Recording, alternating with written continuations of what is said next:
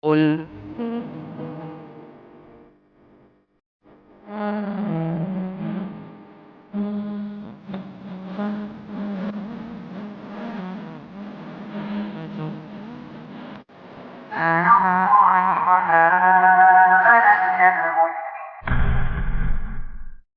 Alhamdulillah wassalatu wassalamu ala Rasulillah wa ala alihi washabbihi wasallam. Sekarang sesi berapa? 15 nih. Dosa besar ke-11, melarikan diri dari pertempuran. Baca.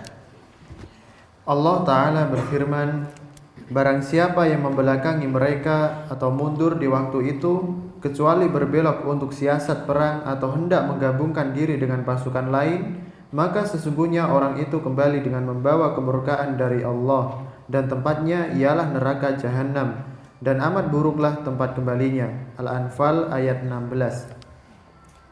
Dan Nabi Shallallahu Alaihi Wasallam bersabda, jauhilah 7 dosa yang membinasakan, dan beliau menyebutkan salah satunya adalah melarikan diri dari pertempuran.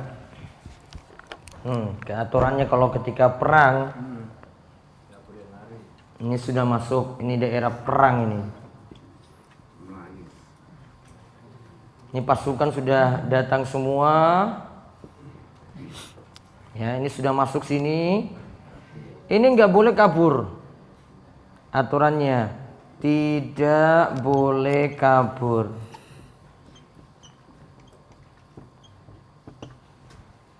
Yang dibolehkan apa? Atur strategi.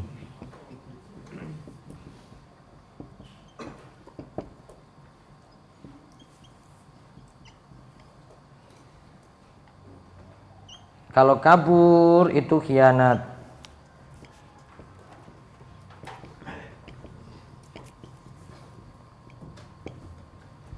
Cemen ini berarti. Hubungannya dengan jihad. Ya ini lagi jihad ini. Nggak boleh kabur. Kalau huruf pulang nggak masalah. Kalau perang nggak boleh. Dulu kan jihad itu sama dengan sifat. Oh iya, makanya tak singgung sekalian. Dibilang apa? Huruf sama dengan jihad fisabilillah. Enggak. Mana bawa senjata situ? Go kompor kok. Ini beda. Ini lagi perang karo wong kafir. Perang tenan. Apa perang pakai beras gitu dilempar-lempar gitu berasnya.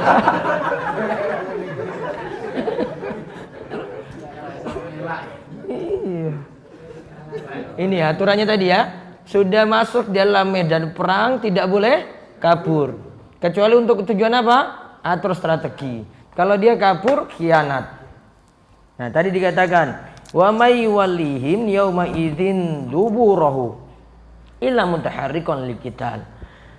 Barang siapa yang membelakangi atau mundur di waktu itu kecuali berbelok untuk siasat perang ya, atau mutahayyizan ila fi'atin, bergabung dengan pasukan lain, faqad ba'a bi ghadabi minallah, maka sungguhnya orang itu kembali dengan membawa kemurkaan dari Allah.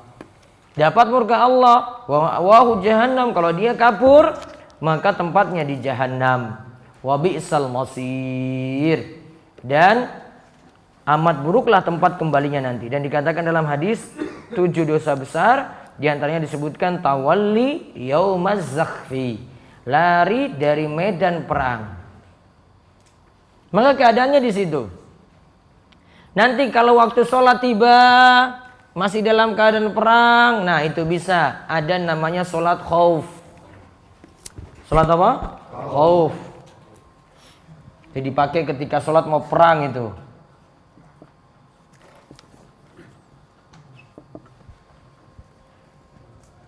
Sholat khauf. Musuh di depan misalnya, ini terpaksa untuk jaga. Ya, harus tetap jaga. Maka nanti ya sholat ya dalam keadaan pegang senjata. Enggak, kalau huruf tadi nggak bisa. Masa coba pegang beras karo kompor, ya nggak bisa. Taruh aja. Ini pegang senjata. Dia pegang senjata, pegang gini. Oh, ini musuh di hadapan. Oh, berarti nanti yang lainnya itu jaga di sini, musuh di sana, ya jaga. Terus yang ini tetap sholat seperti biasa. Nanti gantian sholatnya. Ada tata caranya sholat khauf sendiri dalam Al-Quran. Ini kalau penerapannya, kalau sholat khauf ini ada aturannya. Nanti kalau kejadian-kejadian misalnya gempa, tsunami, ada kebakaran, waktu sholat ini sudah sempit semuanya ini ya, maka pelaksanaannya sholat khauf. Keadaannya apapun walaupun sambil lari-lari, tetap sholat. Ya, nanti lihat kondisinya nanti bagaimana.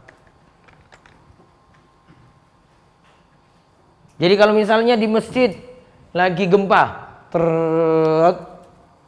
kabur dulu apa lanjut sholat? Oh, kabur dulu. Kabur dulu. Bener. Nyawa mana mantap.